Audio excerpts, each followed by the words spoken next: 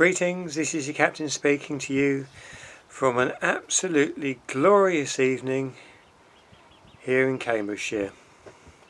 So in this episode we're going to look at the wheel bearings of the trailer which carries the little tideway dinghy. Right, so with the dinghy pretty much ready for the water, I need to now look at the trailer, specifically the wheels and the tyres.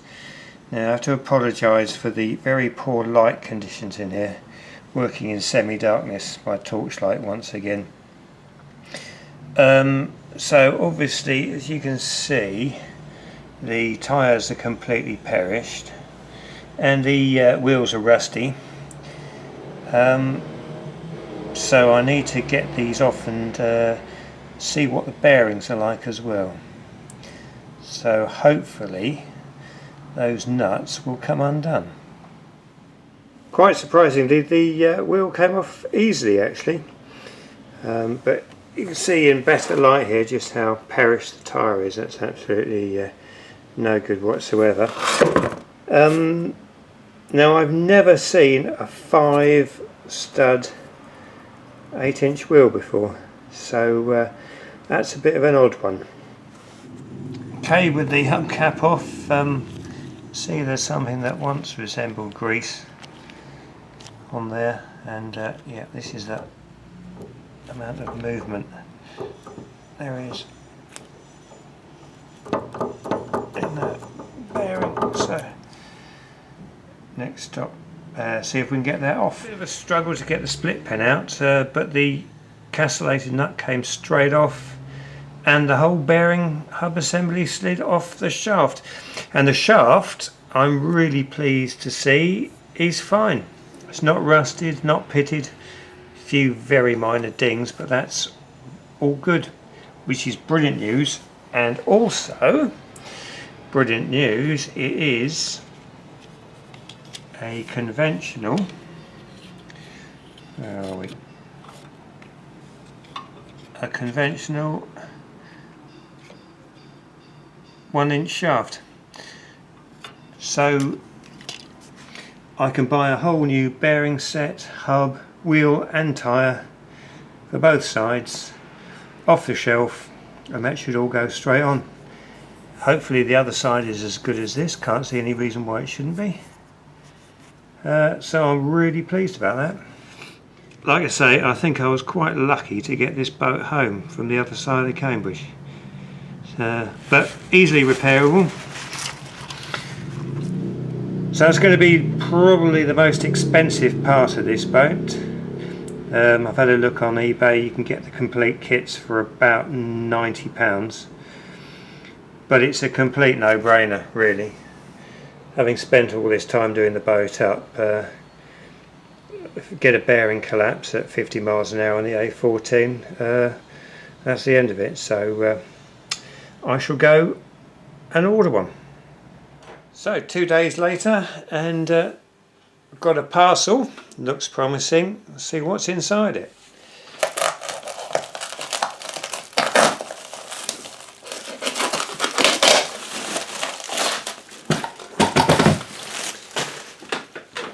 Okay, so got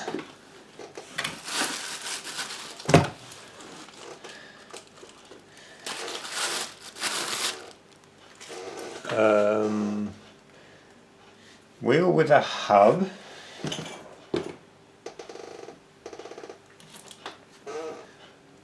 and a bearing,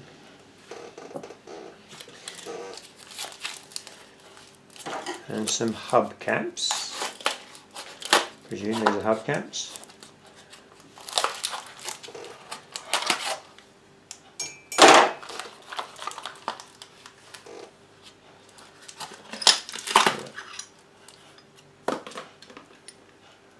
Hubcaps.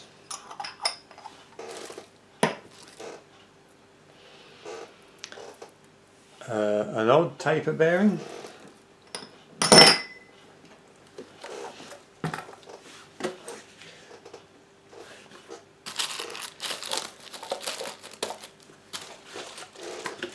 This looks like a hub with the bearings already in, so I'm guessing that this one has fallen out of the bag. Yeah. There we go. Very good. Next job I have to see if we can get them on. So before I go out in the semi-darkness of the garage, I'm actually going to prep these hubs and grease the bearings first. There's only one way of doing this, and I think that's the messy way, so I've got my gloves on. So the outside bearing lifts out, and the back bearing comes out and has got a dust seal on it. Now, I'm not sure whether this comes off or not, but being a seal, I'm not going to start pulling it around too much. I think I should be able to force enough grease in there. So the idea is to force grease into this little gap until it squidges out between the rollers. And the best way to do that is by hand, like this.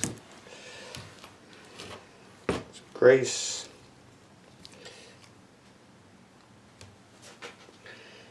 Put a big dollop in your palm, and then just work it into that little crack until it squidges out of the rollers.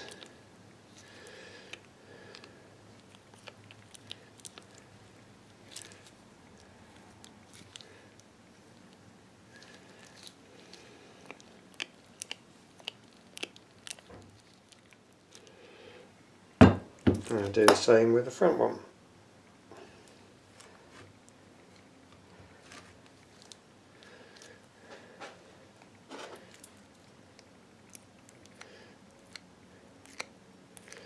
This one's a bit easier because I can do it from both sides. Make sure there's plenty of grease in there. Right, so here we are working in semi-darkness again. Get the nut off, and the washer, and the other washer. There's a final clean up.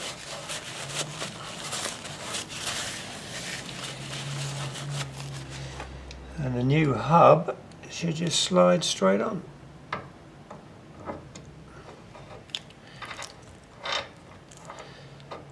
Perfect job. Just going to put some of this grease back in here.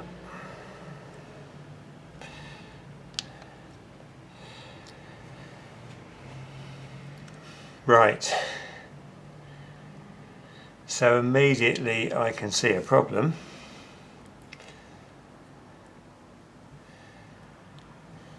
The hub goes too far on.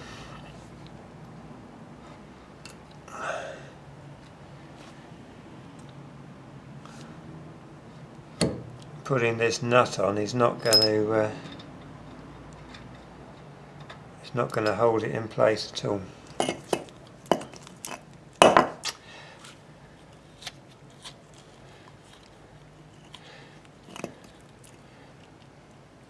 Right.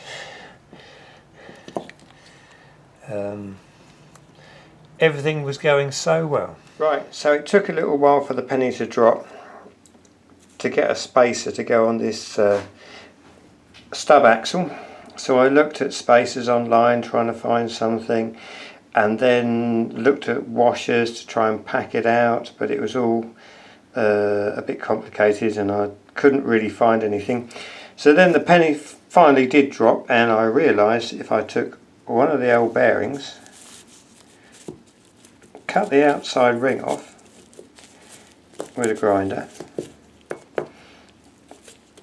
slip the ball race off, I end up with one perfectly shaped spacer. Job done. And I didn't have to spend any money, which is always good news. And there we go, that's the finished result. That should be quite capable of travelling many, many miles. Job done.